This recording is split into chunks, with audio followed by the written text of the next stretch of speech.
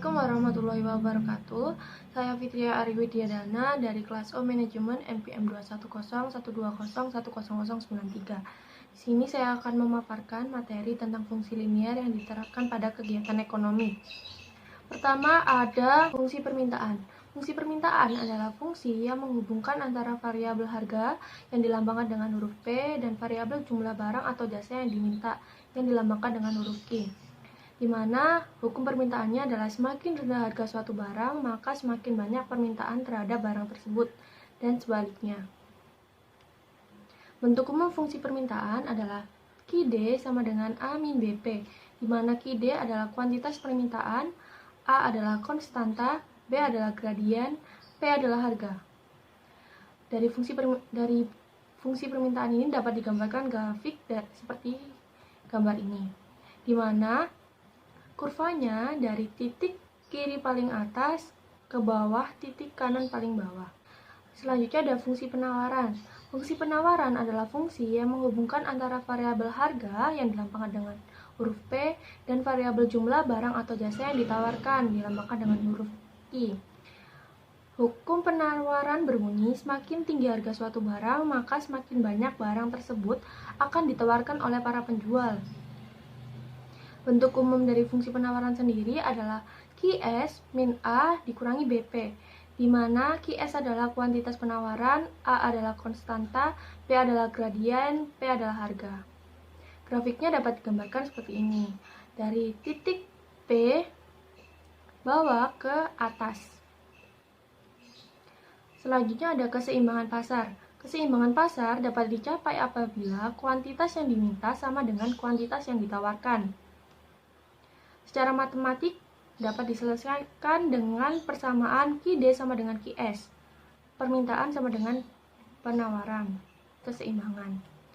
Dari posisi keseimbangan tercipta PE dan QE, dan ada QS dan QD. Dari perpotongan kurva QD dan QS ini terciptalah E, titik keseimbangan. Contoh kasus yang pertama adalah permintaan karet alam di suatu kampung adalah QD sama dengan 22.000 dikurangi 2P, dan penawarannya adalah QS sama dengan min 3.000 ditambah 3P. Berapakah harga karet alam dan kuantitas karet yang diperjualbelikan, dan gambarkan grafik ekuilibriumnya. Kita bisa menggunakan persamaan QD sama dengan QS. Kita masukkan persamaannya 22.000 dikurangi 2P sama dengan min 3.000 ditambah 3P, dipindahkan jadi min 5P sama dengan min 25.000, P sama dengan 5.000. Lalu 5.000 ini disubstitusikan kepada salah satu persamaan. Jadi 22.000 dikurangi 2P dimasukkan 22.000 dikurangi 2 kali 5.000, Q sama dengan 12.000. Jadi ketemu PE-nya 5.000 dan QE-nya 12.000. Kita diminta untuk menggambarkan grafiknya. Jadi kita harus mencari titik koordinatnya, titik potong dari kurva permintaan dan kurva penawaran. Nah, kurva permintaannya jika P sama dengan 0, kita masukkan 22.000 dikurangi 2 kali 0 sama dengan 22.000. Kurva penawarannya jika Q sama dengan 0, 0 sama dengan min 3.000 ditambah 3P, ketemu 1.000. PE-nya 5.000, QE-nya 12.000, kurva permintaannya 22.000, penawarannya 1.000. Keseimbangan dua macam barang. Permintaan barang-barang yang mempunyai hubungan substitutif membentuk fungsi permintaan. QDX sama dengan F dalam kurung PX, PY, QDY sama dengan G, PY, PX. Di mana QDX adalah jumlah permintaan X, QDY adalah jumlah permintaan Y, PX adalah harga X per unit, PY adalah harga Y per unit. Contoh kasus dari keseimbangan dua barang. Barang X memiliki fungsi permintaan Q dx sama dengan 10 min 4X ditambah 2PY. Penawarannya QS X sama dengan min 6 ditambah 6PX. Barang Y memiliki fungsi permintaan Ki DY sama dengan 9 dikurang min 3PX min 4PX. Penawarannya Ki SY sama dengan min 3 ditambah 7PX PY. Nah, kita bisa mencari keseimbangan dari barang X dan Y menggunakan persamaan tadi. Ki DX sama dengan Ki SX, keseimbangan barang X ya. Ki DX sama dengan Ki SX, dimasukkan persamaannya, lalu ketemu persamaan barang X 10PX min 2PY sama dengan 16. Lalu kita cari keseimbangan pasar barang Y.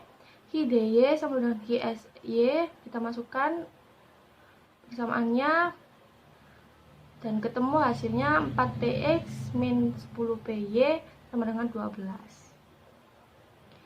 Lalu persamaan 1 dan 2 ini kita eliminasi. Di sini persamaan 1 saya eliminasi kali 1, persamaan 2 saya kali 2,5. Dan hasilnya 23PY sama dengan 46. PY sama dengan 2. PY-nya ketemu 2. Lalu PY ini disubstitusikan pada salah satu persamaan ini, persamaan 1 dan persamaan 2. Jadi 10PX dikurangi 2 dikali 2 sama dengan 16. 10PX sama dengan 20. PX sama dengan 2.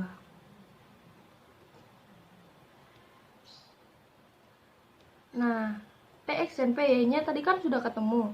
Kita substitusikan pada fungsi penawaran dan fungsi permintaan yang pertama ini. Ini. Kita substitusikan sehingga hasilnya ketemu PX equilibrium 2, PY equilibrium 2, Ki X equilibrium 6, Ki Y equilibrium 11. Persamaan garis 2 titik.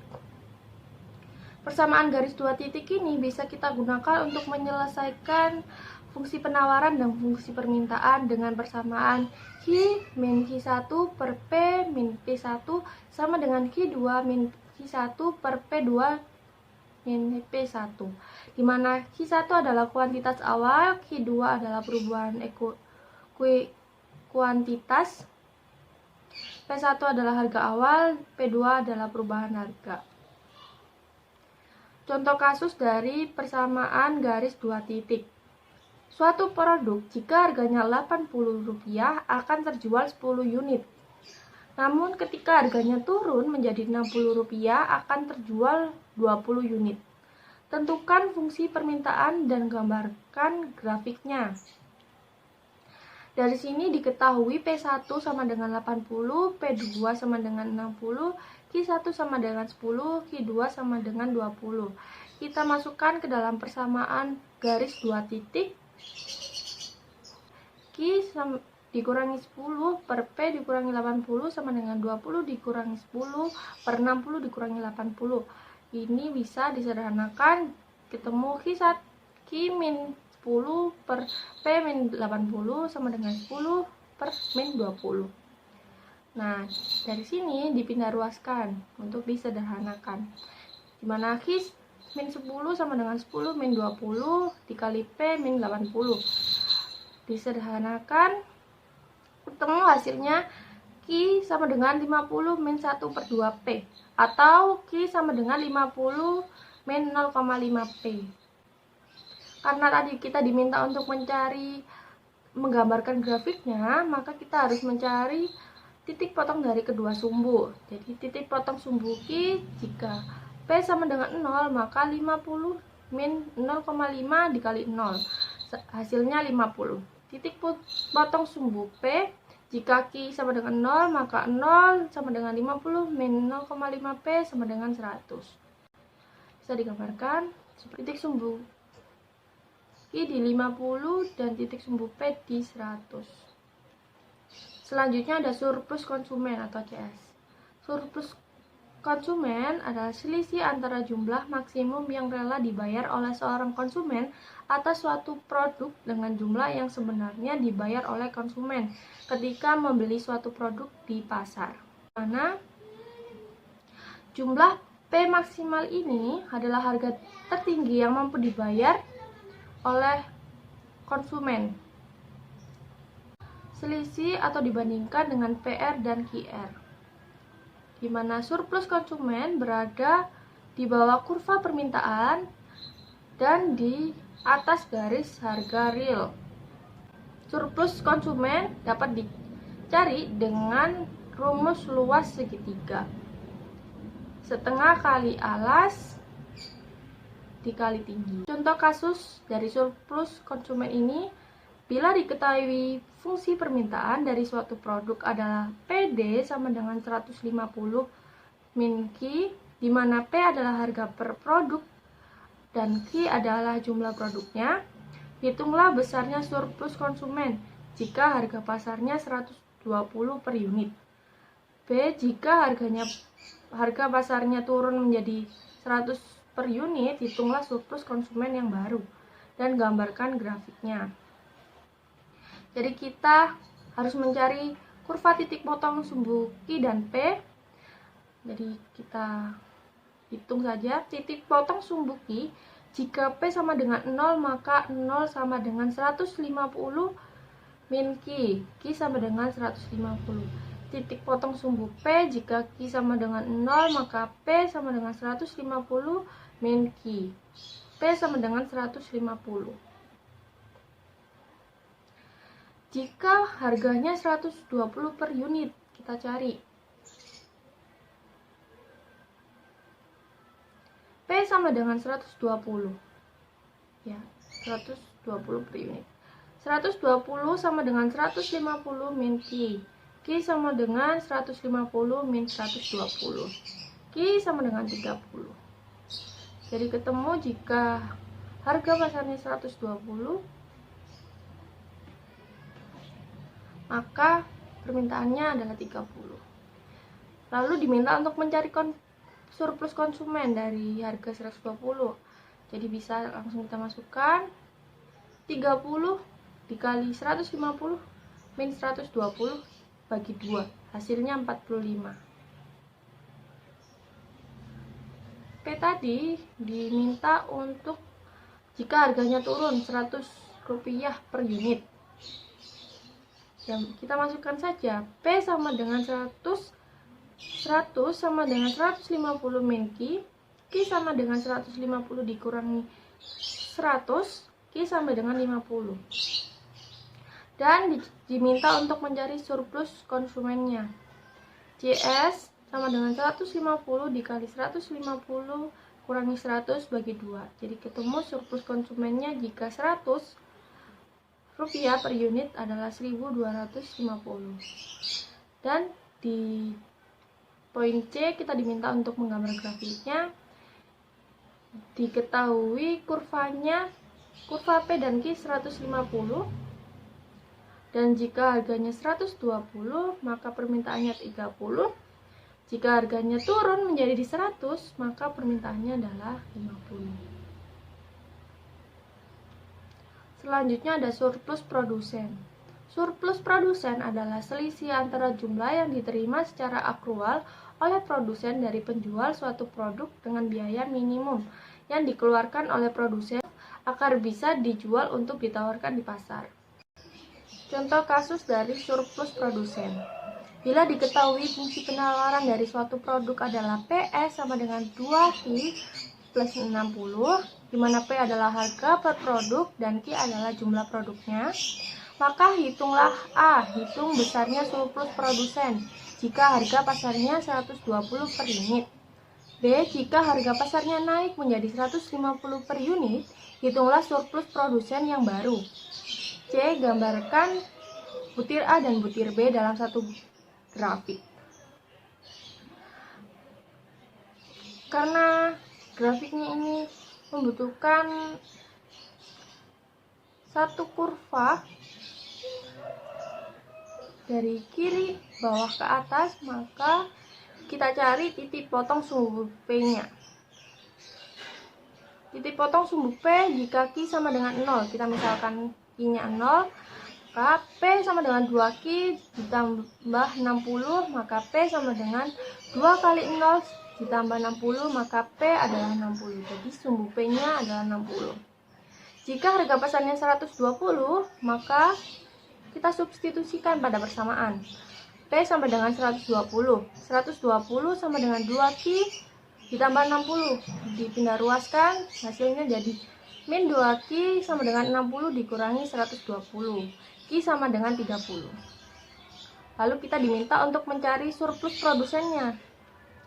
Langsung saja kita masukkan 30 dikali 120 dikurangi 60 dibagi 2. Jadi surplus produsennya ketemu 900. Poin B, jika harga pasarnya naik menjadi 150 per unit, kita substitusikan saja 150 ke dalam persamaan. 150 sama dengan 2Q ditambah 60, kita pindah ruaskan menjadi min 2Q sama dengan 60, min 150, Q sama dengan 45.